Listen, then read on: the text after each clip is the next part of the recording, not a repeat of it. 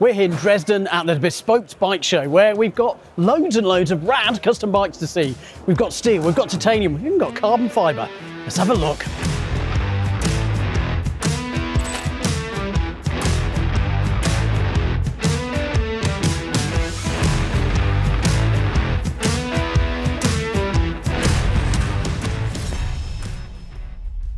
Bespoke is full of awesome builds, including this Drust bike. We've got front cargo rack, we've got a dyno hub, dual clean canteens, gearbox and a belt drive. Is that a Wu-Tang Clan quote? Long tail. And couplers. Bristol brand Starling have got a wonderful range of bikes. You could put them in the trail or maybe enduro, but I think key is they're proper mountain bikes designed for everyday proper riding in really harsh British conditions. So they're single speed in a good way. This is one of their prototype downhill bikes, and whilst the simple, elegant lines belie lots of fun details, we've got a belt drive, we've got an eccentric dropout to tension the belt, we've also got an eccentric bottom bracket to tension the drive side, well, the non-drive side, because this has got sort of like an extra chain, literally a chain on the other side, to help get that pivot point and the belt drive in the right place. Loads of wonderful details as well. We've got an adjustable shock mount, we've got a little belt adjustment here, so it means you can open up the swing arm to put it in, but it's nice and stiff down here. And then we've got the wonderful gussets up front with a little Starling stamped in them. Wonderful detail. Brakes wise, it's interesting too, because we've got some prototype HEL brakes, or HEL. They're from the motorsports industry. They've got a really high-end reputation. Apparently, they stop exceptionally well. Wonderful to see. We're on the CDuro booth here at Bespoke, and you might think Bespoke is all about steel and niche things.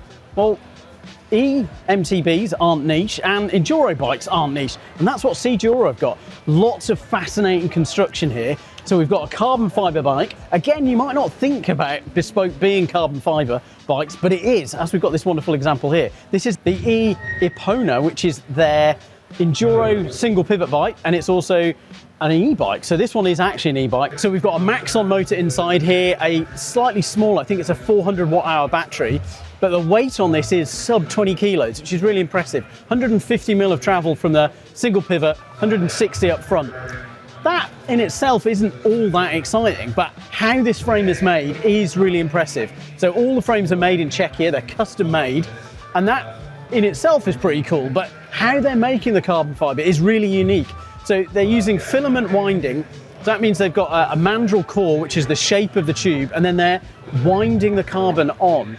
And that means that they can get the carbon exactly where they want to. They're also running an axle filament placement as well. So they're running it not just around, but front to back. And that links into how they've got this integrated loop construction.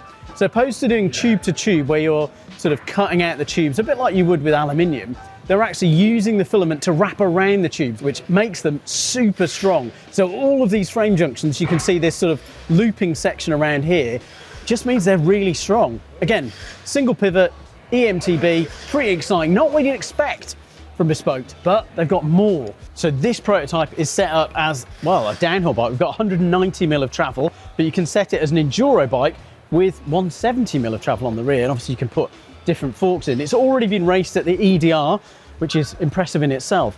And again, because they're making these tubes, it means that they can offer, well, huge amounts of adjustment. So they can change the front end reach, they can change the geometry, and it also means they can change the back end length.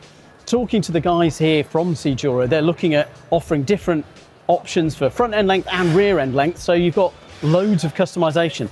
Awesome bike to see, especially here at Bespoke. This might be what you expect from Bespoke Show. We've got artisanally made custom tie with loads of amazing functional and beautiful features. This is the Speedster from Black Sheep Cycles. Black Sheep are known for these incredible titanium creations, and this one, well, is also amazing, and there's a lot going on despite the elegant and simple looks. We've actually got a single speed setup on this one, but you could put a derailleur on there. You could also put a belt drive, and it's clever because we've got a little adjustable chainstay length which takes up the tensioning of that belt, or in a single speed format. It also means it's packable, and you might want it packable for a feature which we'll talk about a little bit later. Again, we've got wonderful tie seat posts. We've got gorgeous custom bent tie bars with custom grips. Yeah, they've made their own black sheep grips, which have got their own little logo on. They're silicone, they do look lovely. And the other thing is this death explosion fork. There's a lot going on here as well. Effectively, we've got these plates across here, and then we've got kind of 2 independent loops, and it means it's been described to me as you've got suspension and you've got rigid, and then this sits firmly in between in the grey zone. So it's going to be flexible, but only in these planes. So effectively, center points of these are going to flex and give you a nice, comfortable ride. And then the other cool features on this bike, well, we've got White Industry cranks, we've got a nice White Industry headset, Astral wheels, which are, well, now owned by White Industries, but they're very nice, lovely hubs. And then we need to talk about those tyres. You might be thinking they're just Maxxis Aspenzo, and they're not that exciting. They've been around a while, which is valid, but these are the 32ers. We only saw them the start of this year at the Taipei show in a, well, it's seemingly prototype format, but here they are in the rubber. So this bike is not only cool custom tie, it's also a 32er. Okay, wow, this is super cool. Initially, my kind of eye was caught by this beautiful shaped bar and the fact it's missing any brake levers. But look down at the back of the bike, and we've got a coaster brake with a really cool cooling fin on it. Yeah, this is a coaster brake mountain bike.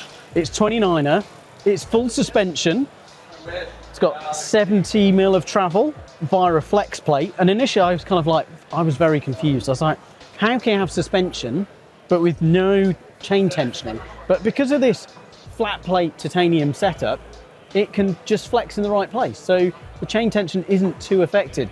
There's so much going on though, even though it is a kind of retro future tech bike. So we've got this wonderful suspension setup, we've got those wonderful bars, then we've got this twin down tube, so it starts almost as one. I didn't notice it to start with, and then at the bottom bracket we've got those 2 tubes. Then we've got this double anodizing. Well, there's actually 3 surface treatments going on with this Thai bike. We've got polished, your sort of default titanium finish.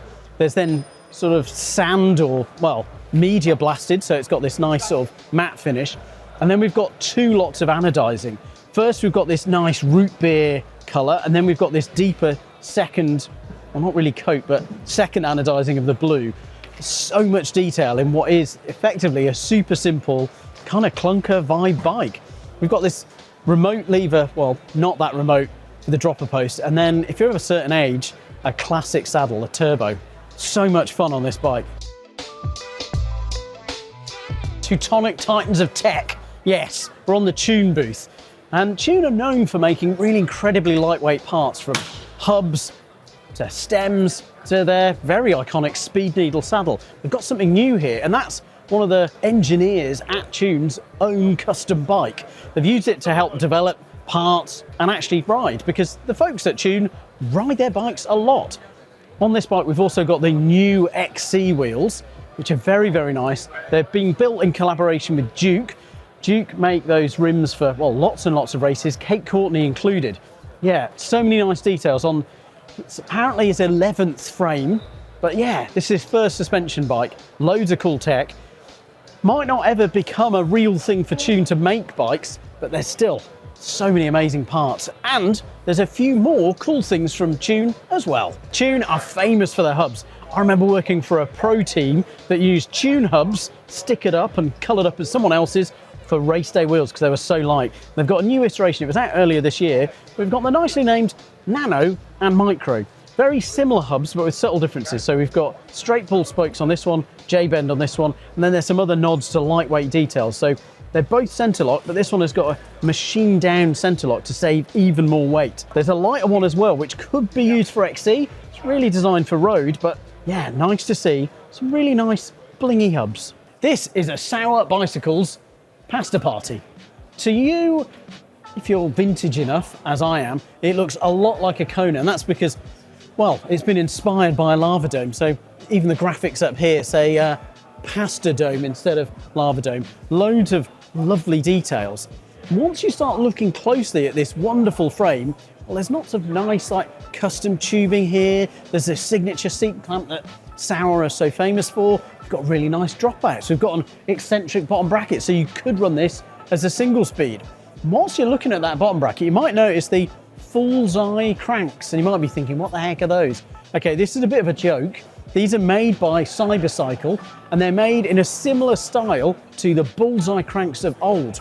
Other retro but new parts include the P&W, so Pacific Northwest dropper post, but in silver.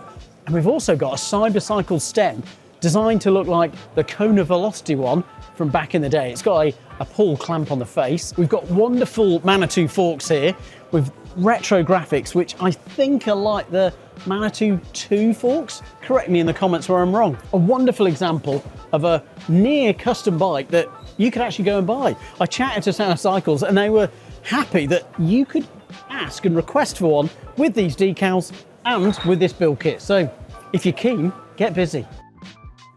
Yes, this is a Scott Spark. So it is originally a mountain bike, but as the sticker said, it could be a gravel bike.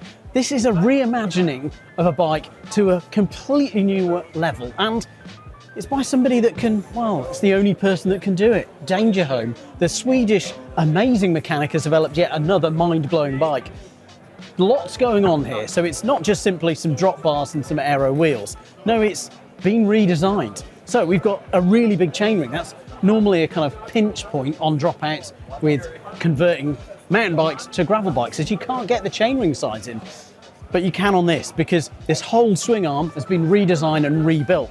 Suspension travel is down as well, down from the 120mm of stock down to 110. That same travel reduction has happened on the custom fork as well. And then we start to talk about custom parts. I mean, we could look at the ceramic speed rear cage and jockey wheel as a starting point, but there's lots and lots more. We've got these rims. From a side profile, it looks like an aero profile, a bit like a kind of whale's fin, where you've got these shorter and lower sections, which, you know, apparently ride a bit like a low profile wheel, but have the aero advantages of a deeper section wheel. But from the side, from where I'm sitting, you can see that this rim is not only really deep, it's also really fat. And that's to boost the aero gains, but also the tyre stability.